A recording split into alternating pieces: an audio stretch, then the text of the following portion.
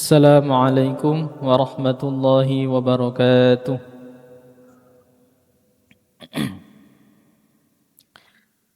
Innal hamdalillah nahmaduhu wa nasta'inuhu wa nastahdihi wa nastaghfiruh wa na'udzu billahi min shururi anfusina wa min sayyiati a'malina. Man yahdihillahu fahuwal muhtad wa man yudlil falan tajida lahu waliyyan mursyida. أشهد أن لا إله إلا الله وحده لا شريك له وأشهد أن سيدنا ونبينا محمدا عبده ورسوله لا نبي بعده اللهم صل وسلم وبارك على سيدنا محمد وعلى آل سيدنا محمد اللهم انفعنا بما علمتنا وعلمنا ما ينفعنا وبارك لنا فيما علمتنا إنك أنت العليم الحكيم اللهم علمنا من لدنك علما ينفعنا ويقربنا إليك ربنا زدنا علما وارزقنا فهما رب اشرح لي صدري ويسر لي أمري واحلل عقدة من لساني يفقهوا قولي amin ya rabbal alamin. Alhamdulillah, jamaah sekalian yang dirahmati Allah, mari kita bersyukur kehadirat Allah subhanahu wa ta'ala atas segala limpahan nikmat taufiknya kepada kita, nikmat Islam, nikmat iman, nikmat sehat, nikmat sempat, nikmat kita termasuk umat baginda Rasulullah Muhammad sallallahu alaihi wasallam. Nikmat kita dibangunkan di pagi hari ini, masih berdenyut jantung kita, masih berhembus nafas kita, dimudahkan langkah kita menuju masjidnya Allah subhanahu wa ta'ala. Bersama-sama kita menunaikan sholat subuh secara berjamaah, dilanjutkan dengan ngaji ini sampai menunggu syuruk tiba. Semoga Allah subhanahu wa ta'ala menerima seluruh amal ibadah kita diberikan taufik hingga bisa istiqamah, dan semoga nantinya ketika kita dijemput dalam keadaan terbaik, husnul khatimah, dan semoga kita semuanya bersama-sama dikumpulkan di surganya Allah subhanahu wa ta'ala. Amin ya rabbal alamin. Baik jamaah sekalian, kita lanjutkan ngaji kitab Madarijus Salikin Baina Manazili Iyyaka Na'budu wa Iyyaka Nasta'in. Kitab Tazkiyatun Nafs, penyucian hati dan jiwa, yang ditulis oleh Ibnul Qayyim Al-Jauziyah. Arti kitabnya tangga-tangga sang pengelana menuju Allah subhanahu wa ta'ala, di antara ayat Iyyaka na'budu wa iyyaka nasta'in. Kemarin kita sudah kenalan tentang kitab ini, kita sudah kenalan tentang siapa Ibnul Qayyim, dan kita sudah kenalan muqaddimah dari kitab ini, yang mana beliau juduli sendiri muqaddimahnya dengan judul Hidayatul Quran, bahwa Quran itu memberikan hidayah, Quran itu memberikan petunjuk menuju yang paling lurus. Inna hadzal Qur'ana yahdi lillati hiya aqwam. Sesungguhnya Quran ini pasti memberikan petunjuk kepada jalan yang terlurus. Baik, pada kesempatan kali ini, di pagi kali ini kita akan mengkaji tentang bab kedua atau subbab kedua pada muqaddimah yang beliau juduli Istimalul Fatihah ala Ummahatil Matalib. Surat Fatihah, surat Al-Fatihah yang mengandung banyak faidah-faidah. Karena sejak judulnya Ibnul Qayyim menjuduli kitab ini dengan kitab Madarijus Salikin Baina Manazili Iyyaka Na'budu wa Iyyaka Nasta'in. Satu kata, satu frasa, kalimat pada surat Al-Fatihah yang beliau jadikan judul pada kitab ini, maka nanti sebanyak 3 jilid kitab Madarijus Salikin ini membahas akhlak-akhlak, tata cara menyucikan jiwa yang terintisari dari Iyyaka na'budu wa iyyaka nasta'in. Baik, jamaah sekalian, surat Al-Fatihah. Saya yakin yang ada di sini sudah hafal semuanya surat Al-Fatihah. Karena menjadi salah satu rukun pada sholat. Baik, Al-Fatihah artinya adalah pembuka. Meskipun namanya artinya adalah pembuka, tetapi Al-Fatihah bukan turun pertama. Al-Fatihah turun setelah nanti. Ayat yang pertama turun adalah surat napa Pak? Al-Alaq, surat Iqra Al-Alaq ayat 1 sampai 5. Al-Fatihah disebut sebagai pembuka karena menjadi pembuka pada urutan mushaf. Jadi, para bapak, para ibu, Al-Quran itu turun diterima oleh baginda Rasulullah secara berangsur-angsur dan acak tidak urut. Di Lauhil Mahfud, kata Ibnu Abbas, di Lauhil Mahfud urutan Al-Quran adalah sebagaimana urutan yang dibaca sekarang, yaitu dari Al-Fatihah sampai An-Nas. Tetapi ketika turun, Allah Subhanahu wa ta'ala menurunkannya menyesuaikan periode dakwah baginda Rasulullah, menyesuaikan kebutuhan dakwah baginda Rasulullah, menyesuaikan peristiwa-peristiwa yang dialami baginda Rasulullah. Maka turunnya langsung Iqra, kemudian Al-Mudaththir, Al-Muzammil, dan seterusnya. Tetapi setiap kali turun ayat, kemudian baginda Rasulullah SAW nanti ketika di masa Madaniyah punya tim lajnah namanya Kutabul Wahyi, penulis wahyu. Rasulullah nunjuk Sayyidina Ali bin Abi Thalib, Zaid bin Thabit, Anas, orang-orang keren yang pinter nulis dikumpulkan baginda Rasulullah, anak-anak muda, dibentuklah tim. Setiap kali turun wahyu, baginda Rasulullah SAW memberitahukan kepada timnya, Kutabul Wahyi namanya. Ada surat ini, turun ayat ini, tulis ayat ini sebelum ayat ini, tulis ayat ini pada surat ini. Dan itu atas petunjuk baginda Rasulullah, yang mana baginda Rasulullah atas petunjuk malaikat Jibril dari Allah Subhanahu wa ta'ala. Dan dibaca oleh baginda Rasulullah di setiap Ramadan. Setiap Ramadan baginda Rasulullah ngaji dengan malaikat Jibril sesuai urutan dari Al-Fatihah sampai Anas. Ada lagi wahyu turun, ditaruh di sini, ditaruh di sini, ditaruh di sini. Disetorkan secara utuh setiap Ramadan. Maka urutan yang ada sekarang dari Al-Fatihah sampai An-Nas, menurut jumhurul ulama, ini adalah urutan tauqifi atau urutan ketetapan dari Allah Subhanahu wa ta'ala. Baik, secara arti Al-Fatihah artinya pembukaan. Al-Fatihah mempunyai nama lain. Nama lain dari Al-Fatihah adalah apa Pak? Ummul Quran atau Ummul Kitab. Yang biasa kita sebut artinya ibu. Itu artinya sumber. Sumbernya Al-Quran, sumbernya kitab, sumbernya Al-Quran. Yang mana disebut oleh para ulama bisa dikatakan Al-Fatihah itu miniatur intisari dari isi Al-Quran. Maka nanti kita bahas Ibnul Qayyim di setiap ayat beliau mengatakan ini intisari tentang pembahasan ini intisari tentang pembahasan ini. Di dalam Al-Quran ada pembahasan tentang hukum-hukum dan itu terangkum pada kata iyyaka na'budu wa iyyaka nasta'in. Di dalam Al-Quran ada pembahasan tentang tauhid, maka itu ada nama Allah, ada nama Rahman, ada nama Rahim. Di dalam Al-Quran ada pembahasan tentang hari kiamat. Nanti bagaimana ketika hari kiamat terjadi, bagaimana ketika dibangkitkan, bagaimana kita dikumpulkan, bagaimana nanti kita dihisab, terwakili pada ayat Maliki Yaumiddin. Seluruh pembahasan dari Al-Quran terwakili satu persatu kalimat yang ada pada Al-Fatihah. Di dalam Al-Quran ada kisah orang baik, ada kisah orang tidak baik, kisah orang penduduk surga, kisah orang penduduk neraka, terwakili pada Siratal ladzina an'amta alaihim. Maka Al-Fatihah disebut dengan Ummul Quran atau Ummul Kitab.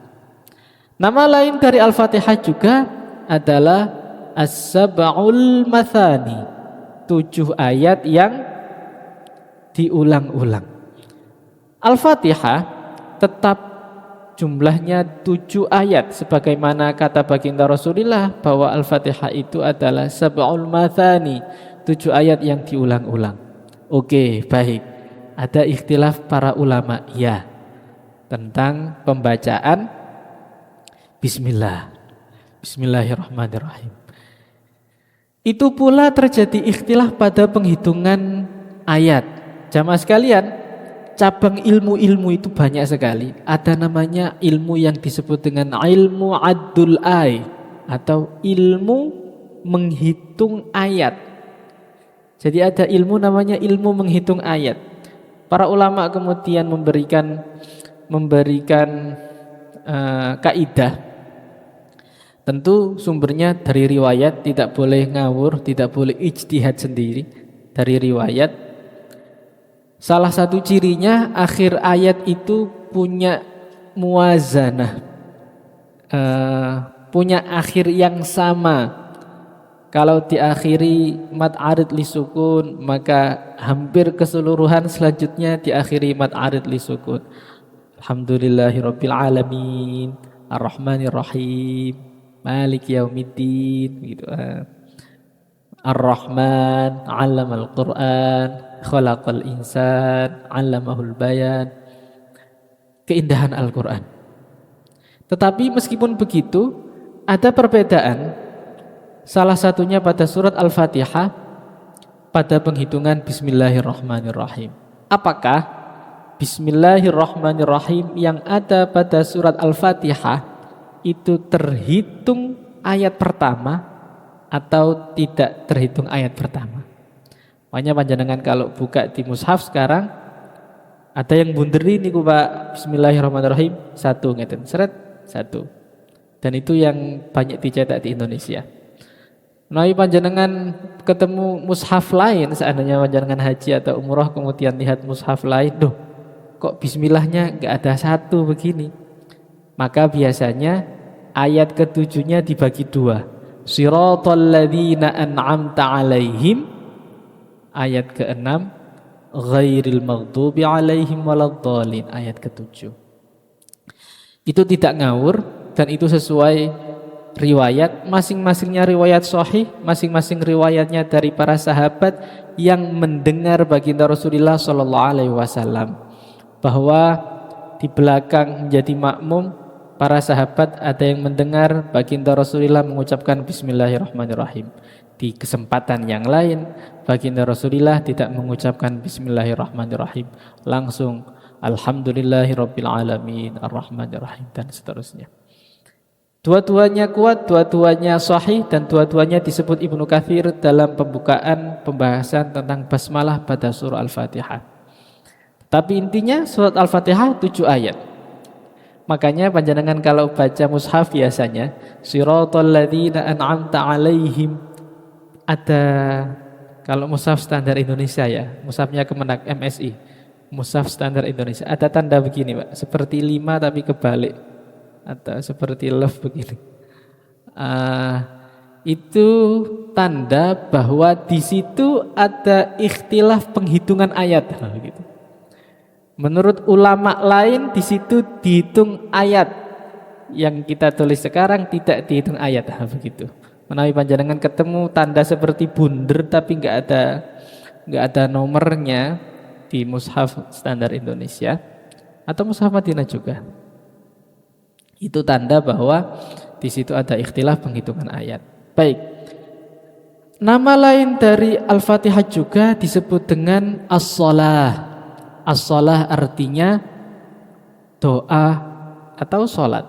Karena sholat tidak sah kalau tidak membaca Al-Fatihah. Meskipun ini enten ikhtilaf juga di antara para ulama mazhab fikih, Pak. Jumhur ulama, mayoritas ulama mengatakan Fatihah termasuk rukun. Baginda Rasulullah SAW sendiri yang bersabda bahwa tidak sah sholat kalau tidak ada Al-Fatihah. Imam Abu Hanifah berbeda pendapat. Imam Abu Hanifah itu berpendapat bahwa bukan tidak sah kalau tidak baca Al-Fatihah, tapi tidak sah kalau tidak baca Al-Quran. Afdolnya, utamanya, lebih baiknya Al-Fatihah.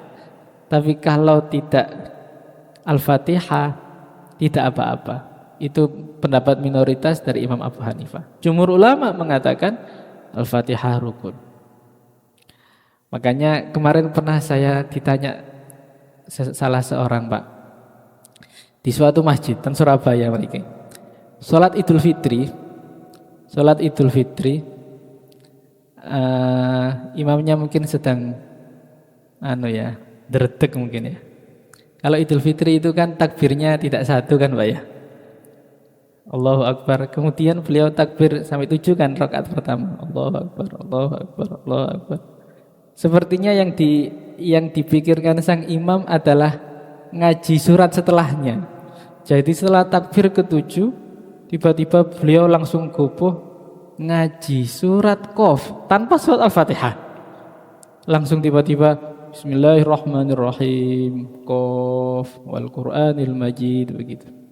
Yang di belakang tidak sadar mungkin dan tidak tahu. Yang di belakang sendiri teriak-teriak Al-Fatihah, Al-Fatihah mungkin. Itu agak chaos itu keadaannya, tapi untungnya Idul Fitri ya. Agak chaos karena yang di belakang di luar masjid Al-Fatihah gitu. Yang di dalam ruangan mungkin gak sampai fokus juga mungkin. Bubar sholat Idul Fitri, kemudian unjung-unjung, kemudian terjadi diskusi itu. Tadi begini. Saya jawabnya ringan mawon. Napa memang Al-Fatihah rukun pada jumhur ulama, mayoritas ulama. Tetapi ada mazhab Abu Hanifah itu Al-Fatihah bukan rukun, tapi Al-Fatihah afdholiyah sebaiknya.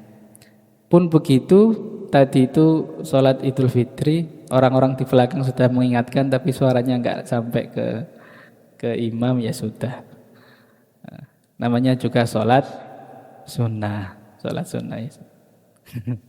Baik, Al-Fatihah disebut dengan as-shalah dan ini menjadi sebutan pada hadis qudsi baginda Rasulullah sallallahu alaihi wasallam. Kusimatis sholatu baini wa baina abdi wa li abdi ma sa'al. Kata Allah Subhanahu wa taala pada hadis qudsi, salat atau surat Al-Fatihah maksudnya, salat dibagi menjadi 2, separuh untukku dan separuh untuk hambaku. Idza qala al-'abdu alhamdulillahirabbil alamin. Jika seorang hamba membaca alhamdulillahirabbil alamin, maka aku jawab hamidani 'abdi. Hambaku memujiku. Idza qala al-'abdu ar-rahmanir rahim. Jika orang itu melanjutkan ngajinya ar-rahmanir rahim, Allah menjawab athna alayya 'abdi, hambaku memujaku. Jika dia lanjutkan maliki yaumiddin, Allah jawabi majjadani 'abdi, hambaku mengagungkanku. Jika dia melanjutkan iyyaka na'budu wa iyyaka nasta'in, artosipun hanya kepadamu ya Allah kami menyembah dan hanya kepadamu ya Allah kami mohon pertolongan. Allah jawabinya begini, hadza baini wa baina 'abdi wa li 'abdi ma sa'al. Ini antara aku dan hambaku, dan untuk hambaku apapun yang dia mau. Maka dikata iyyaka na'budu wa iyyaka nasta'in, kata para ulama, di situ tempat doa diijabah. Karena Allah sampai berkata, ini antara aku dan hambaku, untuk hambaku apapun yang dia mau. Nanti kita bahas doa yang diajarkan pertama sebelum minta yang lain,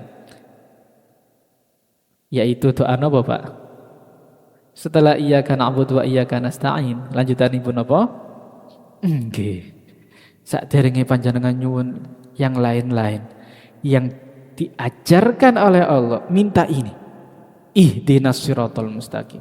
Minta ketetapan hidayah, minta sampai wafat terus-menerus dalam jalan istiqomah. Baik. Kita baca apa yang ditulis Ibnul Qayyim di sini. Fashtamalat 'ala ta'rif bil ma'bud. Surat Al-Fatihah mengandung banyak tema. Salah satunya yang pertama, surat Al-Fatihah mengandung tema tentang ibadah. Bitsalatsati asma. Mengandung tema ibadah, mengenalkan bahwa yang wajib disembah dikenalkan dengan 3 nama. Allah Subhanahu wa taala dikenalkan dengan 3 nama a'zamnya. Marji'ul asma'il husna wa sifatil ulya wa madara wa hiya Allah Ar-Rabb Ar-Rahman. Ada 3 nama Asmaul Husna, ada 3 nama Allah Subhanahu wa taala yang disebut oleh Allah dalam surat Al-Fatihah untuk ngajari kita dia yang patut disembah. Allah, Rabb dan Rahman. Asmaul Husna kan kata Pak nggih. Ini saya lihat kalau di sini Masya Allah sampai ditulis seperti ini Asmaul Husna. Asmaul Husna banyak. Tetapi Asmaul Husna yang hanya khusus untuk Allah Subhanahu wa taala, yang artinya adalah hanya Dia yang patut dan wajib disembah, 3 nama ini. Allah, Rabb, Rahman. Allah ini termasuk ilah ya.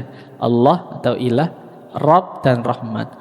Untuk Asmaul Husna yang lain bisa disematkan kepada Allah, dinisbahkan kepada Allah, juga bisa dinisbahkan kepada yang lain. Contohnya, kenapa kok Rahim tidak masuk?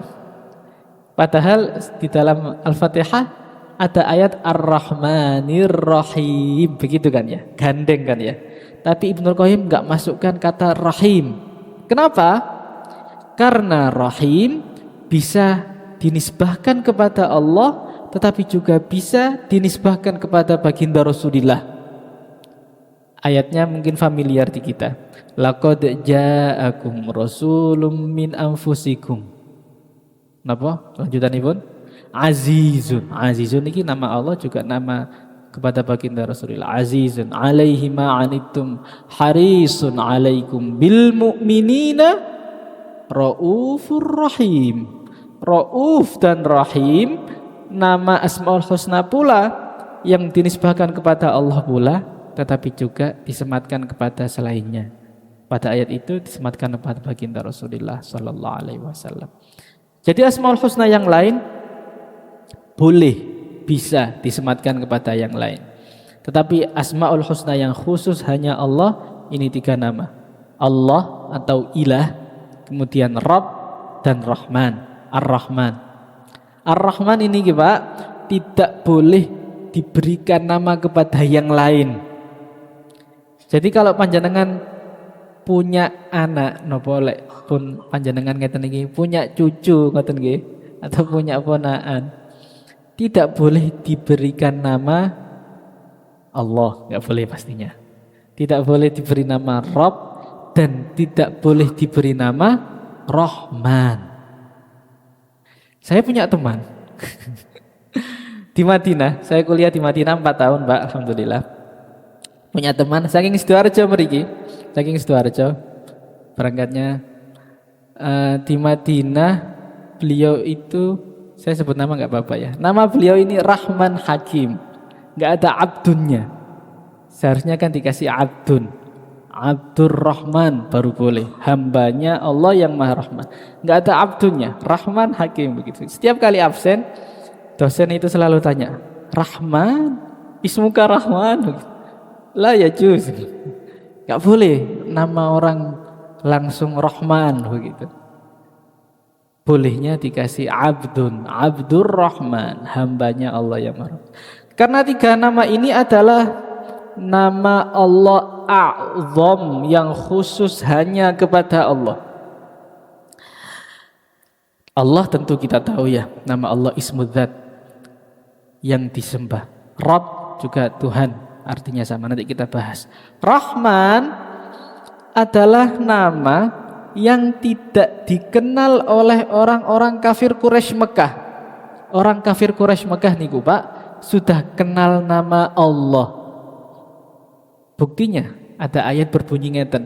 Wala in sa'altahum man khalaqas samawati wal arda la yaqulunallah.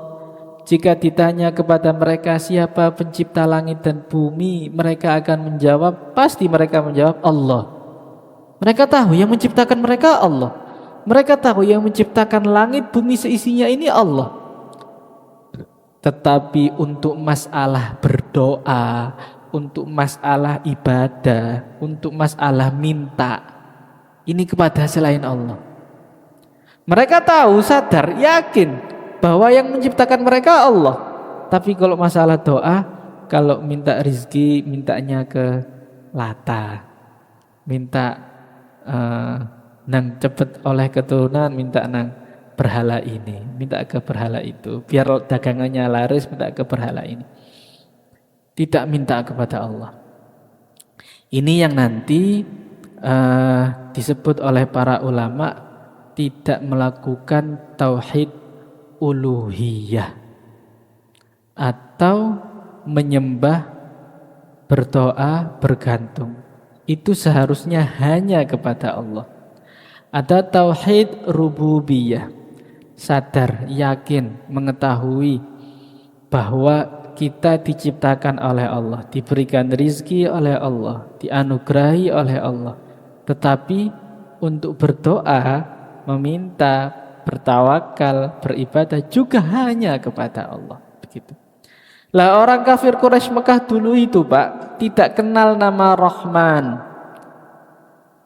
Dulu ada peristiwa sirah namanya perjanjian Hudaybiyah. Kalau panjenengan buka-buka buku sirah begitu ya, sejarah baginda Rasulullah. Kesepakatan gencatan senjata antara Kanjeng Rasul sallallahu alaihi wasallam dengan orang-orang kafir Quraisy Mekah. Rasulullah minta Sayyidina Ali sebagai juru tulis Kanjeng Rasul nulis Bismillahirrahmanirrahim sebagaimana surat-surat yang ditulis Kanjeng Rasul sallallahu alaihi wasallam. Orang kafir Quraisy Mekah ini yang menjadi perwakilan ini tidak sepakat. Siapa Rahman? Saya tidak sepakat kalau surat kesepakatan kita tertulis nama ini. Sampai diabadikan dalam Al-Quran. Qalu wa mar-Rahman. Mereka berkata, apa itu Rahman? Siapa itu Rahman? Sayyidina Ali tidak mau merubah. Kanjeng Rasul SAW mengatakan, sudah rubah saja. Akhirnya dihapus, diganti apa Pak? Bismikallahumma. Kate wa amud kate. Enten wa amute tilem nggih.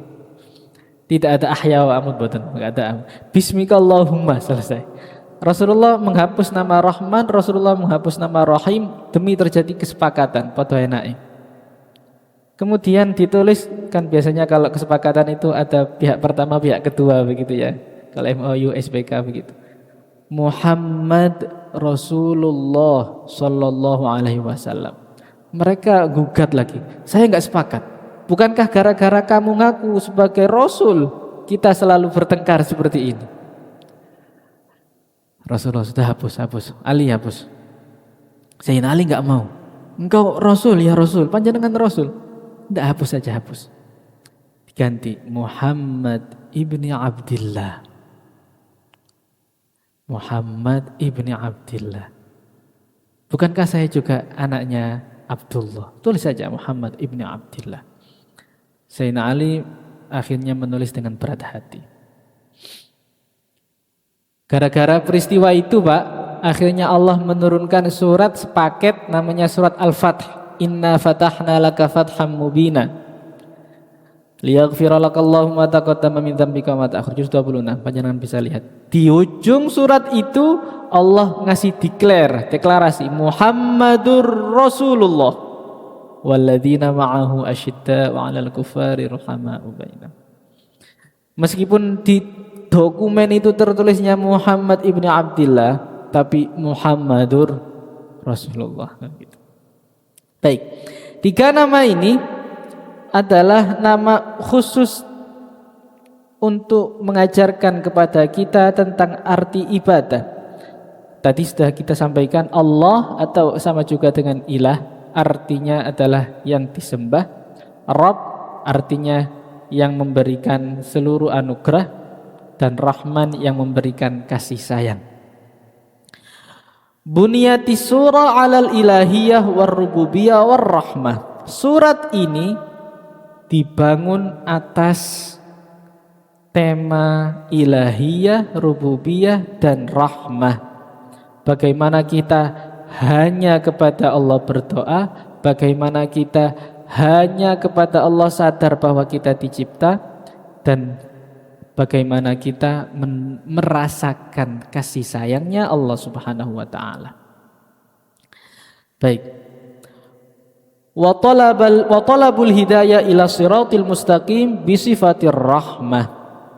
Allah dengan sifat kasih sayangnya ngajari kita bagaimana minta agar diberi hidayah menuju jalan istiqomah, jalan yang lurus. Salah satu sifat kasih sayangnya Allah itu, Pak, adalah memberikan kita Al-Quran. Di surat Ar-Rahman, ayat pertamanya langsung Ar-Rahman, ayat keduanya langsung Allamal Quran. Surat Ar-Rahman itu dikenal dengan sebutan Arusul Quran atau apa? Pengantennya Al-Quran. Kenapa disebut pengantennya Al-Quran?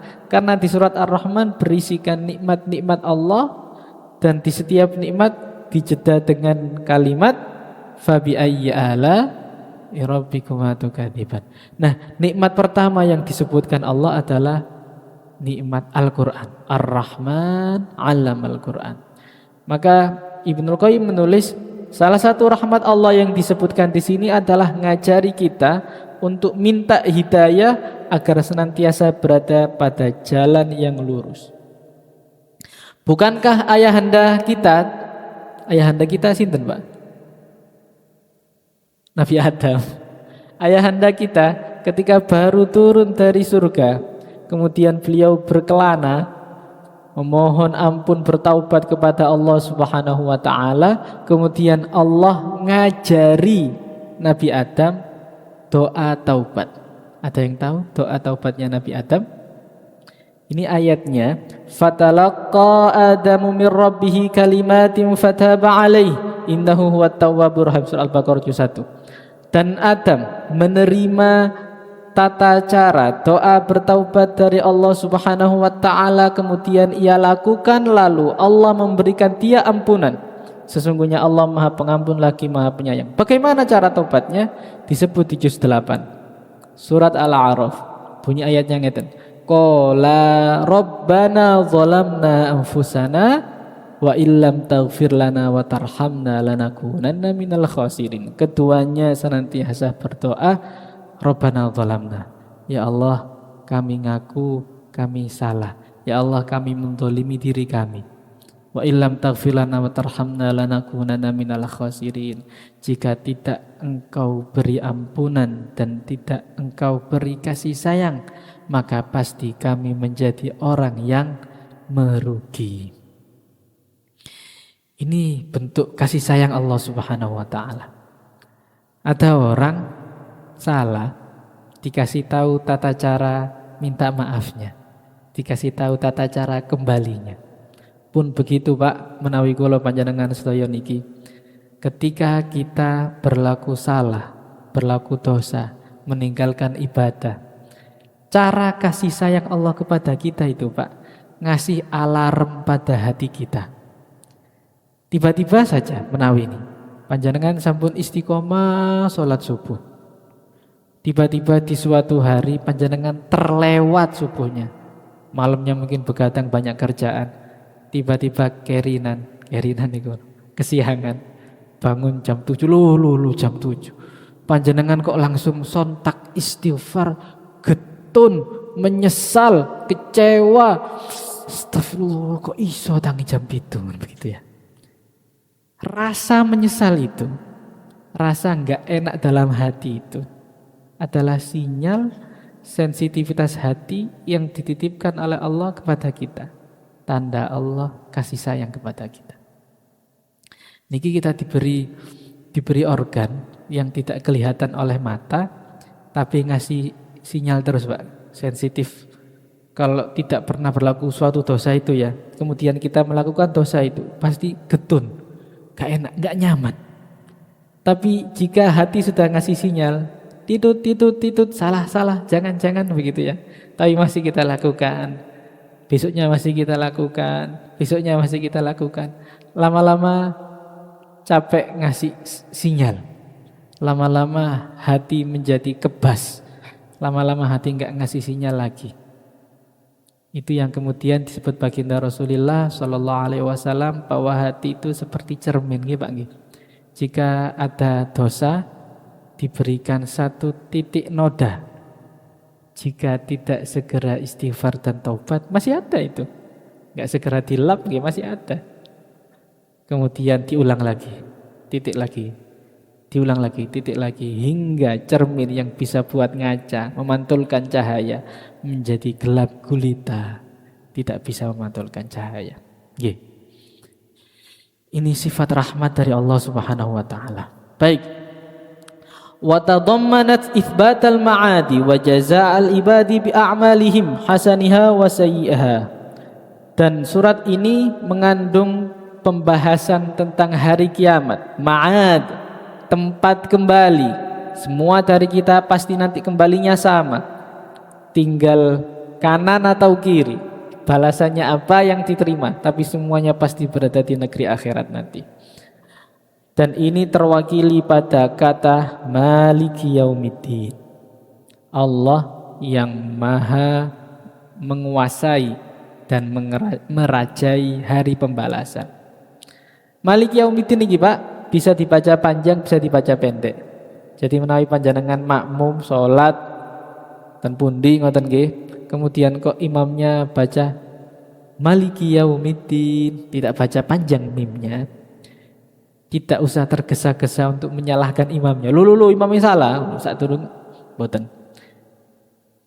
Maliki Yaumiddin ini dibaca Rasulullah dengan panjang, dan juga Maliki Yaumiddin ini juga dibaca Rasulullah dengan bacaan pendek.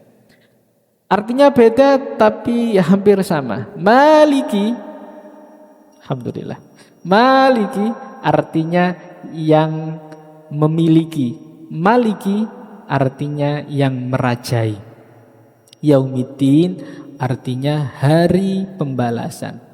Jadi yang memiliki dan yang merajai, menguasai hari pembalasan. Alhamdulillah, cepat Pak nggih. Baik, nanti kita bahas lebih dalam insyaallah di pertemuan berikutnya tentang surat Al-Fatihah ini, di mana pembahasan lebih dalamnya, titik beratnya adalah tentang Shiratal Mustaqim. Shiratal Mustaqim itu jalan yang lurus. Nanti Ibnul Qayyim membagi bagaimana jalan bisa disebut jalan yang lurus, dan bagaimana kita bisa berada tetap di jalan yang lurus agar tidak menuju jalan-jalan yang lain. Baik, mungkin ada pertanyaan atau ada hal yang mau didiskusikan pada pagi hari ini, monggo.